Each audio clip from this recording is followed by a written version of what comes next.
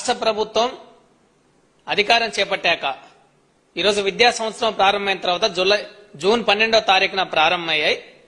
ప్రభుత్వం ఈ మధ్య ఈ రాష్ట్రంలోనే 3500 ప్రభుత్వ ఉన్నత పాఠశాలల్లో విద్యార్థులకి ల్యాబ్ సౌకర్యం, కంప్యూటర్ ల్యాబ్ సౌకర్యం కోసం సుమారు 27,672 ల్యాప్టాప్లని సేకరణ చేయాలని చెప్పేసి కూటమి ప్రభుత్వం చంద్రబాబు సర్కారు భావించింది. టెండర్ పిలిచింది. ఈ టెండర్లో 3 సంస్థలు పాల్గొన్నాయి. ఒకటి షాన్బే సంస్థ, రెండోది సెల్కామ్ సంస్థ, మూడోది ది జిగ్మా ఎంటర్ప్రైజెస్ ఇండియా అనే సంస్థ. 3 సంస్థలు పాల్గొన్నాయి. వీటిల్లో షాన్బే సంస్థ ఈ 27,672 ల్యాప్టాప్ల సేకరణ కోసం 239,70,224 రూపాయలకి కోట్ చేస్తూ టెండర్ వేసింది. మిగతా సెల్కాన్ సంస్థ, జిగ్మా సంస్థ కూడా టెండర్లు వేశాయి. ఈ 3 సంస్థలతో పాటు ఈ 3 సంస్థల్లో ఏదైతే తక్కువ రేటుకి వేశారో 246 కోట్ల రూపాయలకి ల్యాప్టాప్లు అందిస్తామని ఇచ్చిన సంస్థ ఏదైతే ఉందో ఆ సంస్థకి టెండర్ 70% కట్టబెట్టారు. అది షాన్బే సంస్థ. సెల్కాన్ సంస్థకి 30% టెండర్లు కట్టబెట్టారు.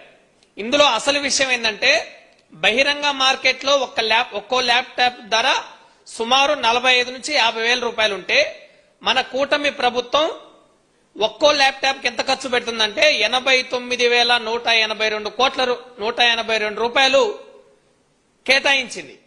అంటే టెండర్ పిలిచిన సంస్థకి ఒక్క ల్యాప్టాప్ కి మన రాష్ట్ర ప్రభుత్వం ఎంత ఇస్తుందంటే 89,000 రూపాయలు ఇస్తుంది. కానీ ఓపెన్ మార్కెట్ లో ఒక్కో ల్యాప్టాప్ ధర ఎంత 45 నుంచి 50,000 రూపాయలు ఈ రాష్ట్రంలో ఉంది. కానీ ప్రభుత్వం 89,000 రూపాయలకి ఇస్తుందంటే ఇందులో ఎంత శాతం ఇస్తుంది అంటే ఒక్కో ల్యాప్టాప్ కి మన ప్రభుత్వం ఆ సంస్థలకు టెండర్ దక్కించుకున్న సంస్థలకి ఎంత కేటాయిస్తుందంటే సుమారు 38 నుంచి 48,000 రూపాయలు ఒక్కో ల్యాప్టాప్ ధర మీద ఇస్తుంది. దీని వాల్యూ ఎంతంటే రాష్ట్ర వ్యాప్తంగా మొత్తం ఈ 27,672 ల్యాప్టాప్ల కోసం టెండర్ సంస్థలు షాన్బే సంస్థ, సెల్కాన్ సంస్థలకి ఈ రాష్ట్ర ప్రభుత్వం 106 నుంచి 112 కోట్ల రూపాయలు అదనంగా కేటాయిస్తుంది.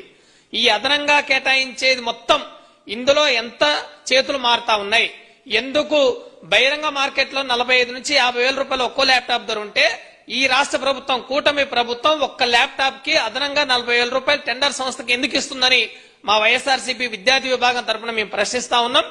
ఇదే విషయం రాష్ట్రంలో అంటే అదనంగా ఈ కేటాయింపులు ఏదైతే చేస్తా ఉన్నారో ఈ చేస్తున్న కేటాయింపుల విషయాన్ని మనం ఒకసారి పరిశీలనలోకి వస్తే ఇది మేక్ ఇన్ ఇండియా సంస్థ కేంద్ర ప్రభుత్వం మార్గదర్శకాల ప్రకారం మేక్ ఇన్ ఇండియా సంస్థ ఏదైతే ఉందో అంటే ఈ దేశంలో ఉత్పత్తి చేసే ల్యాప్టాప్లను ఉత్పత్తి చేసే సంస్థలు ఏవైతే ఉన్నాయో ఆ సంస్థలకు ఇవ్వాలని కేంద్ర ప్రభుత్వం మార్గదర్శకాలు జారీ చేస్తే మన ఆంధ్రప్రదేశ్ సమగ్ర శిక్ష ప్రాజెక్ట్ డైరెక్టర్ వారి టెండర్ నోటీస్ ప్రకారం వాళ్ళు ఏం చేశారు, నిబంధనలు మార్చి మేక్ ఇన్ ఇండియా అంటే తయారు చేసే సంస్థ చూపించాల్సిన అవసరం లేదు, వాళ్ళు సెల్ఫ్ డిక్లరేషన్ ఇస్తే సరిపోతుంది అనే పేరుతోటి నిబంధనలు మార్చి టెండర్లు కట్టబెట్టి ఒక ల్యాప్టాప్లన్నిటికీ సుమారు 112 కోట్ల రూపాయల అదనపు ప్రయోజనాలు, అదనపు లబ్ధి రాష్ట్ర ప్రభుత్వం ప్రైవేటు టెండర్ సంస్థలకు ఇచ్చి ఎంత ఇన్ని 100 కోట్ల రూపాయలు చేతులు మారుతా ఉన్నాయి. మేము ప్రశ్నిస్తా ఉన్నాం, అయ్యా నారా లోకేష్ గారు మీరు విద్యాశాఖ మంత్రి, ఈ మొత్తం ల్యాప్టాప్ల టెండర్ల విషయంలో గోల్మాల్ జరిగింది, ఇందులో మీకెంత వాటాలు అందాయి చెప్పాల్సిన అవసరం ఉందనేది మేము డిమాండ్ చేస్తున్నాం. ఇదే సంస్థ ఇదే మార్గదర్శకాల ప్రకారం చూస్తే అస్సాం విద్యాశాఖ వాళ్ళకి ఒక్కో ల్యాప్టాప్ కి ఎంత ఖర్చయింది, 38,000 రూపాయలు ఖర్చయింది.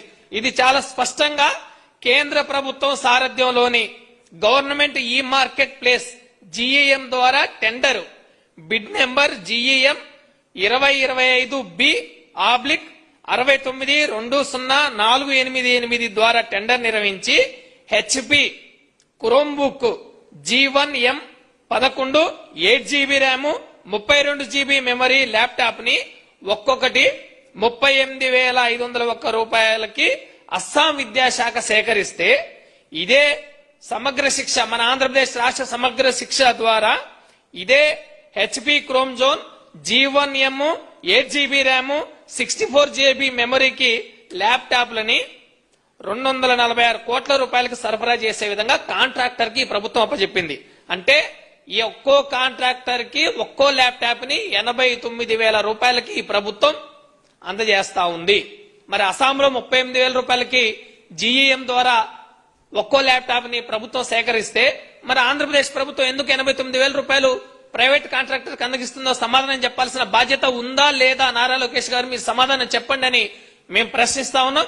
ఈ రాష్ట్రంలో ప్రభుత్వ విద్యారంగాన్ని జగన్మోహన్ రెడ్డి గారు పెద్ద ఎత్తున బలోపేతం చేశారు.